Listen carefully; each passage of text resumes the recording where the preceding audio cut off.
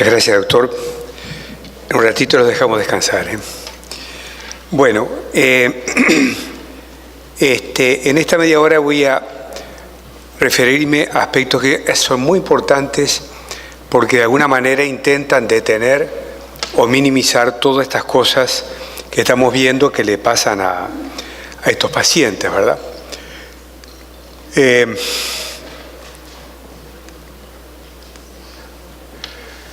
La estrategia entonces para disminuir la carga de la enfermedad de la ira, aunque no es una enfermedad, pero es la identificación del paciente en riesgo. Esto es muy importante, saber a qué paciente le puede pasar esto. Implementar una estrategia de prevención y hacer un tratamiento oportuno. Como todas las cosas es mucho más fácil escribirlo y decirlo que hacerlo, ¿verdad? Y esto es tanto en la comunidad como en el hospital. Y esto es algo que uno repite a menudo porque tiene mucha importancia conceptual. Nosotros prácticamente nunca estamos en el lugar apropiado ni en el momento oportuno, cuando el paciente está en riesgo de hacer la injuria renal aguda. Pero de alguna manera tenemos que transmitir entonces a aquellos colegas que sí lo están los conceptos básicos. Entonces, identificar al paciente en riesgo, implementar las medidas de prevención, hacer un diagnóstico temprano, y vamos a ver que aquí hay puntos importantes a considerar, y ya vimos cuáles eran las consecuencias que tenemos que evitar, tanto a corto como a largo plazo. El primer concepto es que la ira no es un fenómeno binario, tengo o no tengo. Y si tengo, bueno, me dializan a la espera que mis riñones se recuperen. En este diagrama se intenta mostrar un poco todo el proceso que tiene ida y vuelta, excepto naturalmente la muerte. Pero en la situación normal del sujeto, algunos con aumento del riesgo, aparece el daño. Y el daño está marcado, lo decía recién Alejandro, antes de la caída del filtrado. Y por eso, entonces, es que se ha cambiado el nombre de insuficiencia renal aguda para injuria renal aguda, para que este proceso continuo lo veamos de una manera mucho más completa y de acuerdo a lo que ocurre, ¿verdad? Después aparece, o por lo menos vemos, cuando cae el filtrado. Esto es totalmente arbitraria, esta definición, donde se pone falla renal, es decir, significa simplemente una caída mayor y persistente del filtrado, y finalmente la muerte. En cada una de estas instancias pueden haber complicaciones, pero lo importante es esto, es que puede haber vuelta. Entonces, en cualquiera de estos lugares que estemos, tenemos que saber que podemos volver hacia atrás. Y finalmente esta flecha muestra que puede no haber daño, sería el caso de la falla prerrenal, en la cual no hay una injuria, aunque algunos trabajos recientemente muestran que quizás algún grado de injuria pueda haber, pero siguiendo con el esquema clásico, entonces puede pasarse directamente a la caída del filtrado sin que haya una etapa de injuria. Bueno, ¿cuáles son los factores de riesgo más comunes? La edad, comorbilidades, falla orgánica no renal. Aquí entraríamos entonces en la definición de injuria renal aguda, de acuerdo a la clasificación Akin o Rifle o la CADIGO modificada, la que se quiere utilizar. Esta es la etapa en la cual ya generalmente se necesita alguna forma de reemplazo renal porque estamos entonces con una caída de filtrado importante. Esta etapa es la clave, ¿verdad? Donde hay factores de inicio que dependen de la susceptibilidad, puede también en sentido opuesto, lo decíamos, de protección, pero fundamentalmente susceptibilidad y exposición, mala junta una cosa con la otra, ¿verdad?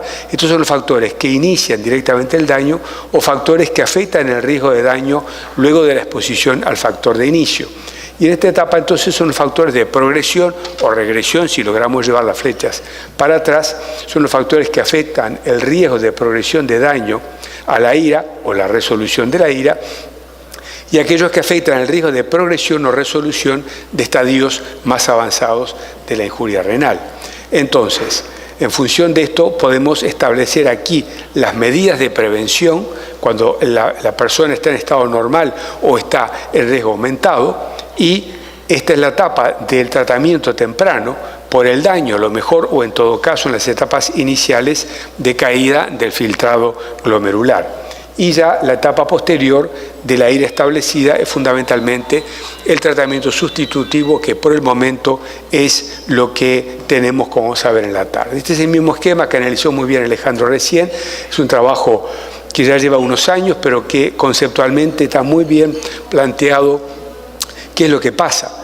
Esta es la etapa entonces más importante, la de inicio, antes que llegue a la extensión, la prerrenal y de inicio, para lograr entonces evitar que aparezca la injuria renal. Entonces, resumiendo, la estrategia de prevención y tratamiento temprano pasa por identificar los factores de riesgo, por un monitoreo de laboratorio. Todo paciente que está hospitalizado, hay que hacer una creatinina. Esto es así, esté por lo que esté. ¿Qué es lo que diferencia? La frecuencia que voy a pedirla. A un paciente crítico le voy a pedir todos los días. Un paciente hospitalizado en sala, quizás se lo pido una vez por semana o cada 3 o 4 días. ¿Pero por qué? Porque el paciente hospitalizado está en riesgo de IRA. Intervenir tempranamente y referenciar al paciente a un centro especializado si esto es necesario. Esto es lo que les decía. Todo paciente hospitalizado está en riesgo de tener una injuria renal aguda. Y si la IRA ocurre, hay que pensarlo de esta manera. O hay una falla clínica, yo me equivoqué en algo, o hay una falla organizacional. La estructura hospitalaria, la estructura de salud, tiene algún defecto que hace que este paciente tenga una IRA. Esto, como todas las generalizaciones, tiene sus excepciones, pero me parece que como idea, como concepto fuerte, tenemos que incorporarlo, ¿verdad? Bueno, ¿qué es el riesgo? Es la probabilidad que nos pase algo, ¿no? Si es probable que a mí me pase algo, es porque yo estoy en riesgo de eso. Y el factor de riesgo es la condición que aumenta esta probabilidad de desarrollar un evento. Entonces, visto de esta manera, tenemos que diferenciar claramente en la práctica clínica lo que es un factor de riesgo, que es la susceptibilidad que tiene esa persona a que le pase algo, de lo que es el factor causal, que es la exposición. Si estos dos no se juntan, no va a haber IRA. Una persona puede pasar toda su vida con factores de riesgo y si no está expuesto a algún factor causal, no la va a tener. Entonces, en una resumen incompleto, por supuesto, los factores de riesgo más importantes, la edad, el nivel de filtrado glomerular previo al evento que puede causar la IRA, la presencia de enfermedad renal crónica identificada por la proteinuria, la diabetes, la deshidratación, anemia, hipoalbuminemia, cirrosis y un episodio previo cercano de IRA. Y estos son los 3 mecanismos clásicos de IRA, y estamos hablando fundamentalmente de aquellas formas que se corresponden con necrosis tubular. Dejamos de lado lo que son enfermedades glomerulares o vasculares, que también pueden dar IRA o IRA rápidamente progresiva. Es otro terreno en el cual no vamos a entrar. La hipovolemia, la toxicidad y la sepsis, que es un mecanismo complejo donde aparecen múltiples formas de agresión renal, son entonces las factores causales más importantes. Y esto en consecuencia puede llevar entonces a la injuria renal aguda.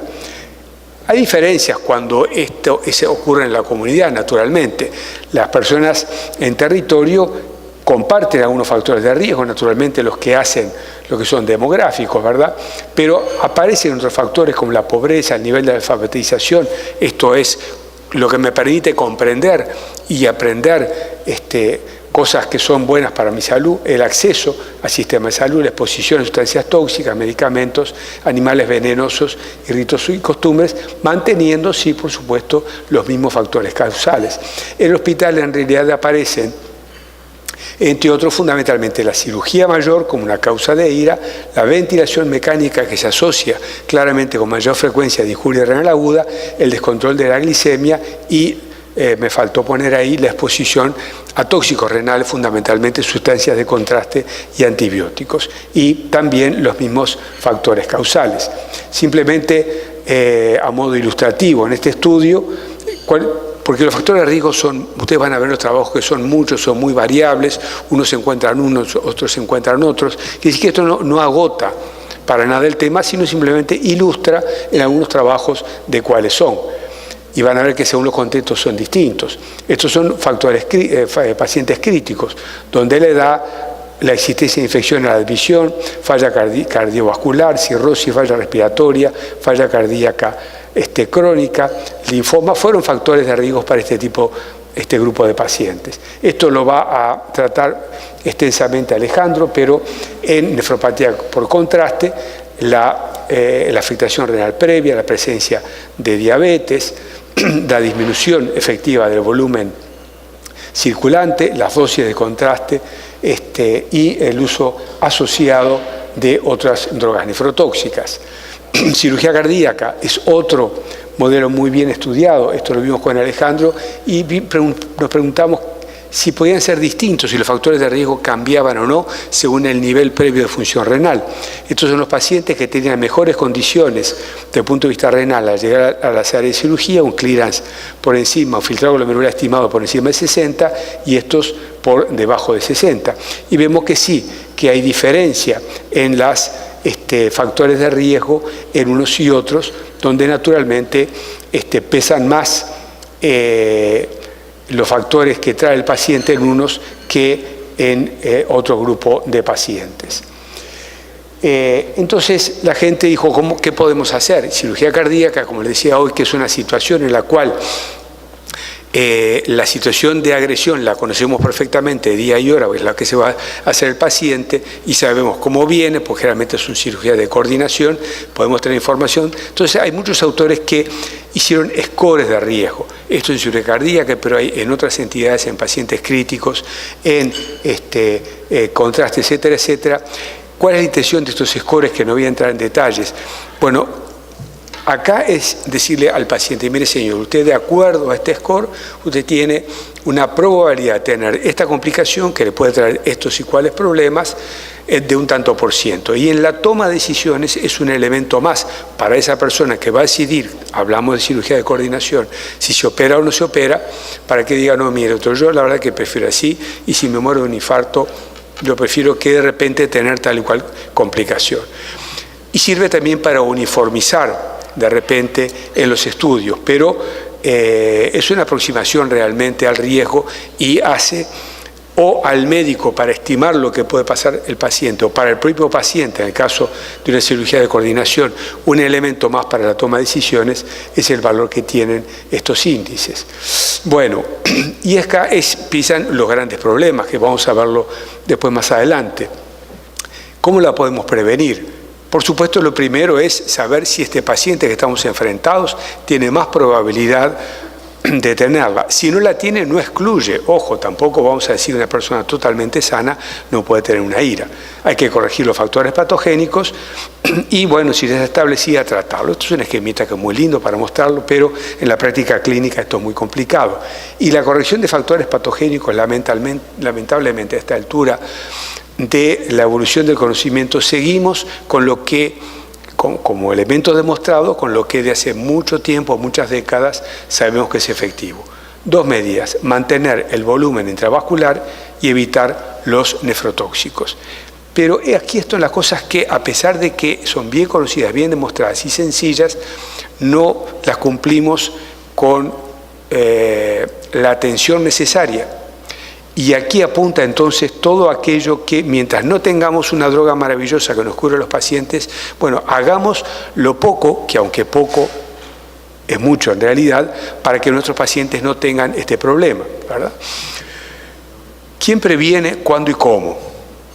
Esta es una pregunta que corresponde hacer. Y la respuesta está aquí. El que está en el lugar apropiado y en el momento oportuno. ¿Ustedes piensan que alguno de estos es un nefrólogo? ¿Piensan que alguno de estos es un médico? Probablemente tampoco. Estos son rescatistas que están entrenados. Fíjense, hay uno que sabe hacer punciones venosas porque ya le puso una vía venosa, tiene una línea de hidratación y a su vez lo están oxigenando. Las dos medidas básicas que se pueden hacer, una persona que está siendo rescatada de un derrumbe, incluso hay otra foto que no la puse, que la persona está bajo los escombros, el rescatista, antes de removerle la primera piedrita, ya le puso una línea venosa y lo está hidratando. Entonces, si a esta persona lo sacan, toda esta gente, lo ponen en la camilla, suben a la ambulancia, lo trasladan a la puerta de emergencia y ahí llaman al nefrólogo en consulta, este pobre hombre realmente la va a ir mucho peor de lo que probablemente le ocurra si se hace esto, que es lo que afortunadamente es lo que habitualmente cuando hay instituciones bien organizadas y rescatistas bien entrenados es lo que se hace. Entonces, lo que decíamos hoy, si el nefrólogo no está en el lugar apropiado ni en el momento oportuno, ¿cuál es nuestra función? Educar. Porque esta gente que está en el lugar y en el momento oportuno han sido educados por muchos otros especialistas, pero en lo que hace a la protección del riñón, somos nosotros que tenemos la responsabilidad de educar no solo a los rescatistas, al médico que está en la emergencia, al cirujano, al anestesista, al intensivista, que es hoy en día el lugar donde el gran generador de injuria renal aguda dentro del hospital. Y bueno, esta iniciativa, que seguramente usted la conoce muy bien porque se ocupa de establecer guías para casi todos los aspectos de la nefrología, tardíamente, pero finalmente lo hizo guías sobre injuria renal aguda que se publicaron en marzo del 2012.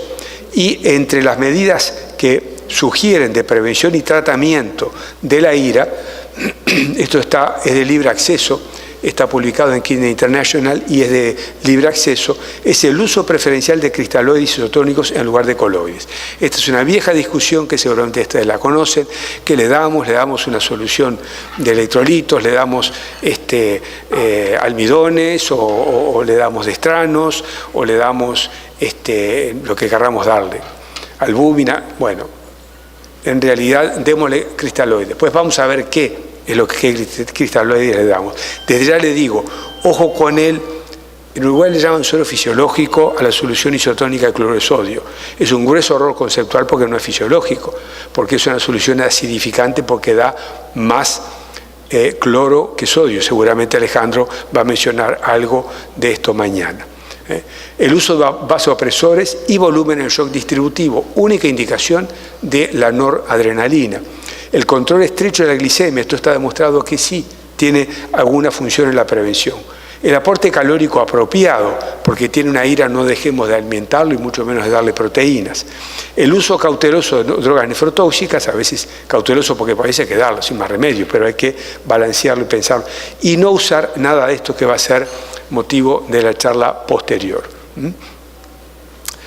Y en este diagrama que está, creo que es muy claro, acá los autores pusieron la situación, el paciente que está en riesgo, el paciente que ya está en injuria renal aguda, en los 3 estadios que son simplemente arbitrariamente niveles de gravedad que se van estableciendo, entonces no dar drogas nefrotóxicas, asegurar el volumen circulante y la presión arterial, considerar si es necesario un monitoreo hemodinámico para que nuestro paciente realmente esté bien, se cumpla la exigencia anterior, monitorear cercanamente la creatinina y la diuresis. La diuresis es muy importante, tiene sus problemitas que lo vamos a ver posteriormente, evitar la hiperglicemia y si hay alternativas a un estudio imagenológico con contraste, hacerlo.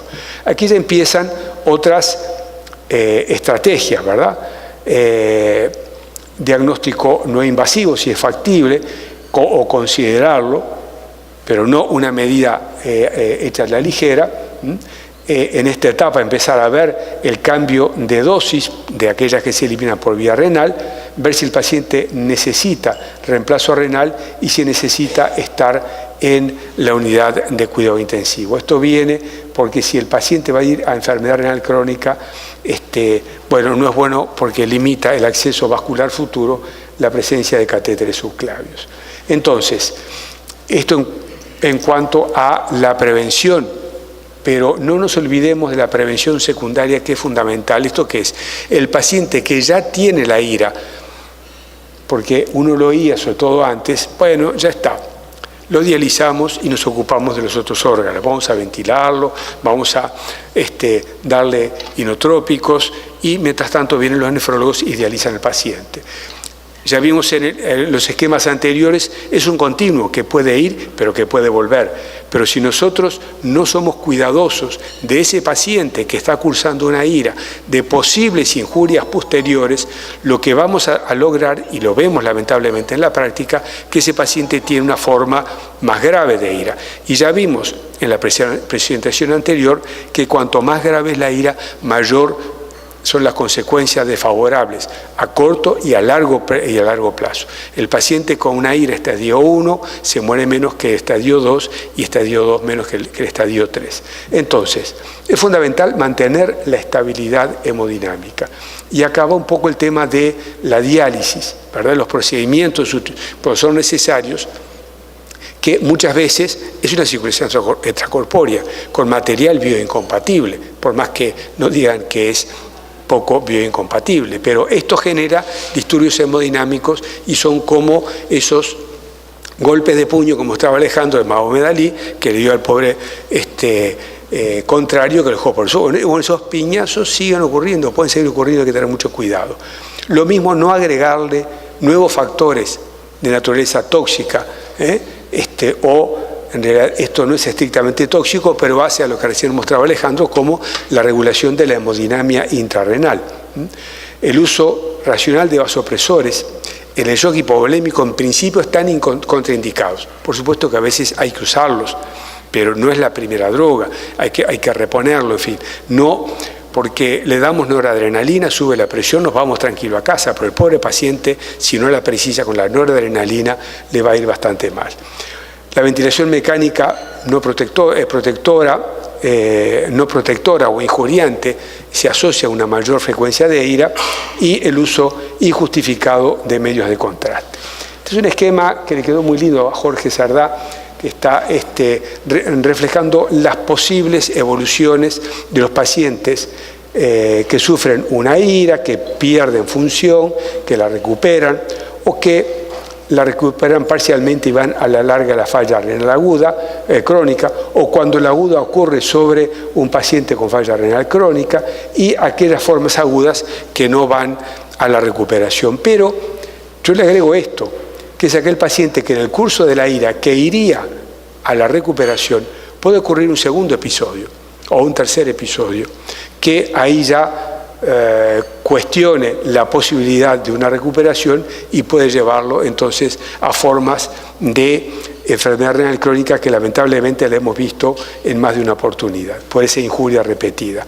Y esto lo vimos en un grupo de pacientes ventilados, casi 3.000, donde vimos que había unos pacientes que, bueno, su creatinina no cambiaba, otros que cambiaba y era la progresión, otros que tenían suerte y iban a la regresión, pero había un grupo que parecía que mejoraba, pero tenía un segundo evento, un segundo ascenso de la creatinina. Y eso se reflejaba en que a partir más o menos del séptimo día, había una caída brusca en la sobrevida, que parecía que les iba bastante bien, incluso los mejores, y cae la sobrevida. Y fíjense que la mortalidad esperada de estos pacientes era mucho menor que la observada. Ellos se murieron un 67% cuando, de acuerdo al SAPS, deberían haberse muerto un 47%. Es decir, que le agrega este segundo episodio, le duplica la mortalidad de acuerdo a la esperable por el SAPS. Bueno, el diagnóstico temprano. Recién Alejandro decía que, esto es muy fácil de definirlo, un estudiante de los primeros años de facultad dice que es la ira. Bueno, es la pérdida de la capacidad renal de regular el medio interno, y si se va pierde el examen. Y si agrega esto, bueno, capaz que no lo pierde, le va un poquito mejor. Todo esto voy rápido porque ya lo mencionó bien Alejandro. Pero ¿cómo lo definimos en la práctica? En el concepto, para la clase, así con eso alcanza, pero ¿cómo identificamos? Y ahí empiezan los problemas, ¿verdad? Entonces, volviendo al esquema esta es la etapa del diagnóstico temprano, y de alguna manera esto también parece que es un concepto importante. Está bien hacer un diagnóstico temprano, perfecto, está muy bien, pero en última instancia esto ocurre porque fracasó la prevención. Si yo tengo que diagnosticar algo que quiero evitar, fracasé, o alguien fracasó, o algo fracasó que llevó al paciente entonces a que lo tuviera. Pero bueno, vamos a remangarnos, y aunque sea, si ya no fracasó la primera, vamos a ver si nos empatan el partido, vamos a ver si podemos hacer otro gol como hizo Luis Suárez, que ahora está fuera del campeonato contra los ingleses, ¿verdad? Que nos permita ganar el partido, ¿verdad? Entonces, ¿qué fue lo primero que se hizo? Tenemos la creatinina. Bueno, a ver cómo podemos optimizar el uso de la creatinina y cómo podemos homogeneizar. Habían en la vuelta más de 30 definiciones en la literatura, entonces eso es imposible trabajo. Entonces el grupo ADKI, que es una sigla que produjo esto, que es otra sigla, que es riesgo, injuria, falla, failure, pérdida y end-stage renal disease, ellos ven entonces de clasificar de acuerdo a la creatinina y la diuresis. Esto intenta hacer una mejoría y finalmente aparece KDIGO con una nueva definición. Pero aparecen los marcadores. Entonces, bueno, capaz que podemos llegar antes, como decía Alejandro. Los marcadores en general 24 o 36 horas antes de que caiga el filtrado glomerular, aunque sea un poquitito así, ellos ya están alterados. Allí se focalizó la atención entonces de los investigadores. Hay muchísimos, pero los que parecen ser más constantes en los resultados son el KIM-1, el N-gal, la interleuquina 18, que tiene también un tiempo distinto en cuanto a su aparición, su pico y su disminución. Por eso Alejandro mostraba el tema del panel, igual que en el corazón. Uno no se queda con la troponina, también la CK, etcétera, etcétera. Y entonces ver, porque al paciente lo agarramos, podemos agarrarlo en distintas fases, al comienzo o ya avanzado. Entonces, si usamos N-gal, capaz que el N-gal ya bajó y ahí el KIM-1 va a estar entonces más alto.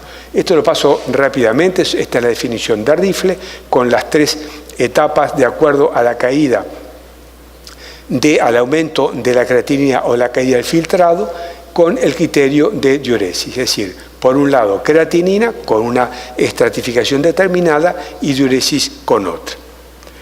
Aquí cambió un poco. ¿Y en qué cambió? En que la variación de la creatinina era menor.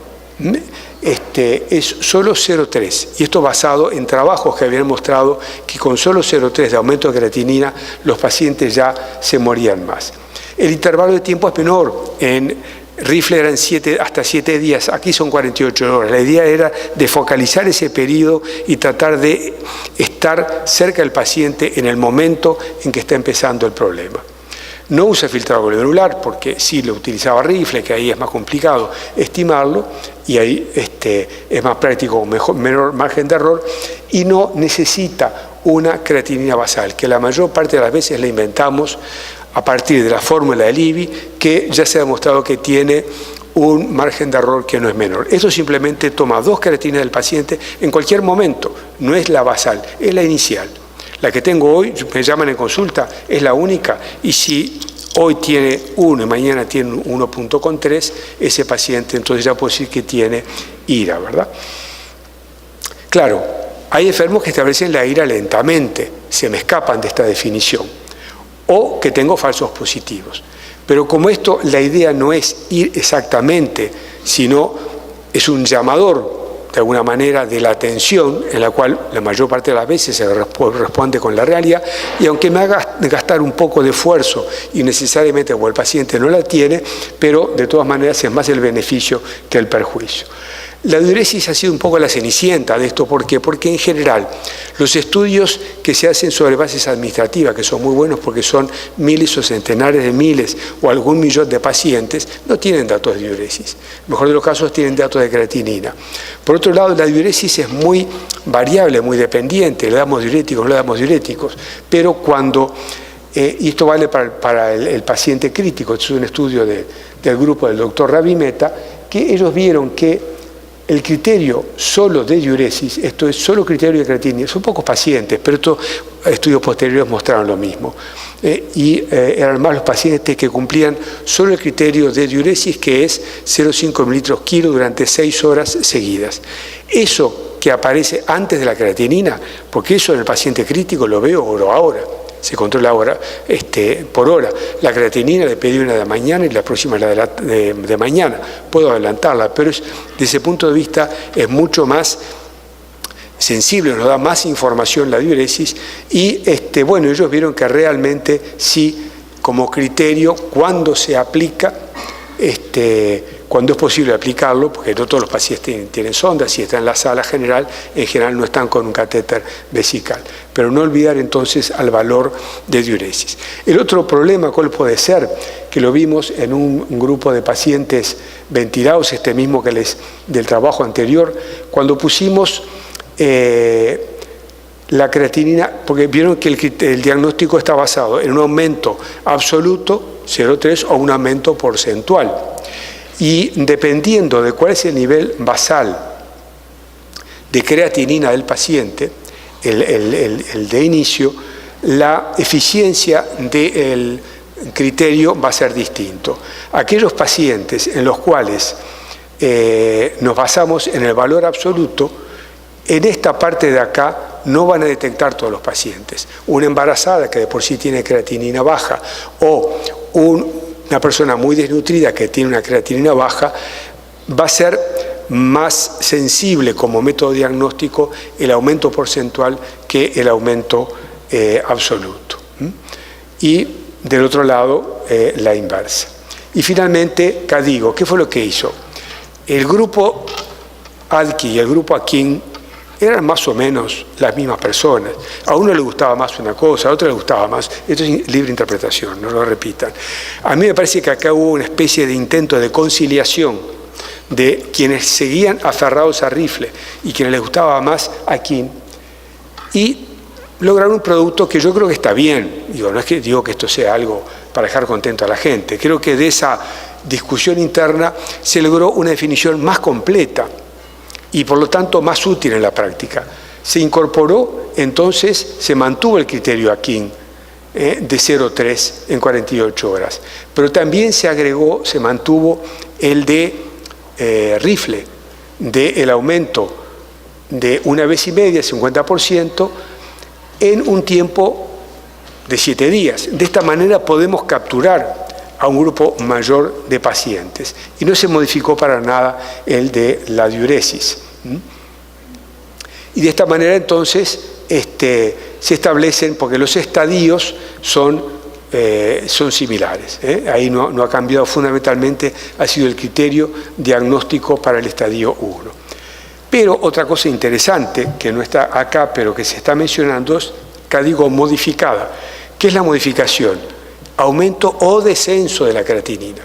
Y esto ya lo habíamos visto con Alejandro, lo vimos también con Nicolás en trabajos anteriores, que los pacientes en realidad lo vimos porque lo vio antes la doctora Lasnik en Austria, que había construido una curva en U en la cual los pacientes que tenían mayor mortalidad eran los que cuanto más aumentaba, pero había un grupo de pacientes que le bajaba la creatinina y que tenían mayor mortalidad que los del medio.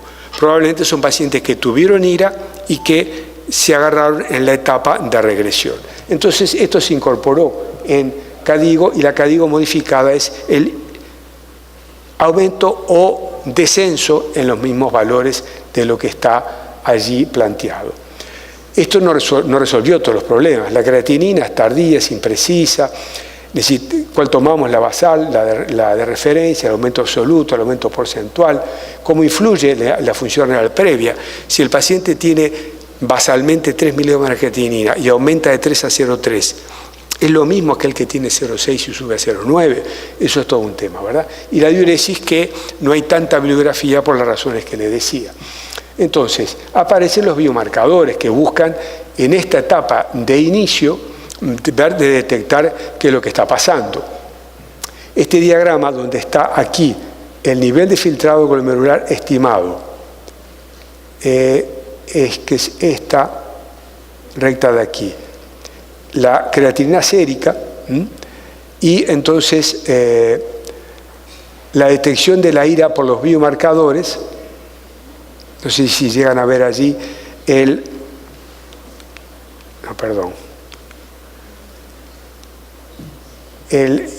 momento inicial de la injuria, y los biomarcadores ya la detectan en la primera recuadro de arriba. Hay una ventana en la cual recién después aparece entonces la detección de la IRA por la creatinina, cuando ya hay entonces una caída sustancial de del filtrado glomerular y todavía no hubo un aumento. Bueno, cuando uno empieza a leer el tema de biomarcadores se encuentra con que hay una enorme cantidad que se han probado. La mayoría son urinarios, aunque hay algunos séricos. La cistatina C no es La cistatina C en realidad es un marcador de función, no de lesión. Esto marca función, es como un disparate, creatinina mejorada. Si está en la línea de aquellos marcadores, biomarcadores de función que se anticipa bastante a la creatinina. Todos los demás son marcadores de lesión, inflamatorios, algunos marcadores inflamatorios, proteínas, enzimas tubulares, etc.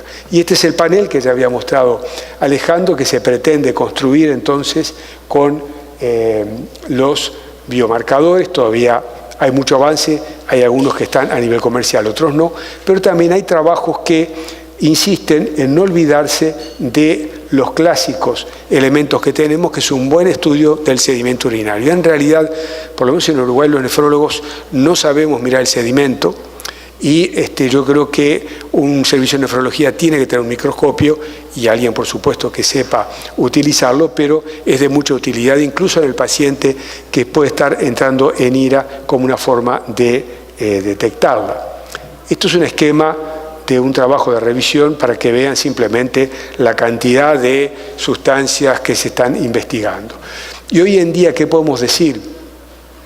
Esto desde el 2007 no ha cambiado mucho. Algunos han servido para diagnosticar la ira establecida, otros para hacer el diagnóstico temprano de ira. Los trabajos muestran que tiene mayor utilidad para el diagnóstico temprano de la ira, y otros para la predicción de muerte, que en realidad sus cambios, más que o además de predecir la ira o permitir un diagnóstico temprano, también han servido como predictores de la evolución. Y esto, y con esto termino esta parte, ya lo vimos anteriormente, tenemos que evitar que nuestros pacientes se mueran en la etapa aguda y tenemos que evitar que nuestros pacientes también se enfermen más y se enfermen en la etapa posterior. De nuevo, el mismo slide que muestra la probabilidad, el riesgo que aumenta entonces a largo plazo de acuerdo a que los pacientes hayan tenido o no hayan tenido una injuria renal aguda durante la hospitalización. Muchas gracias.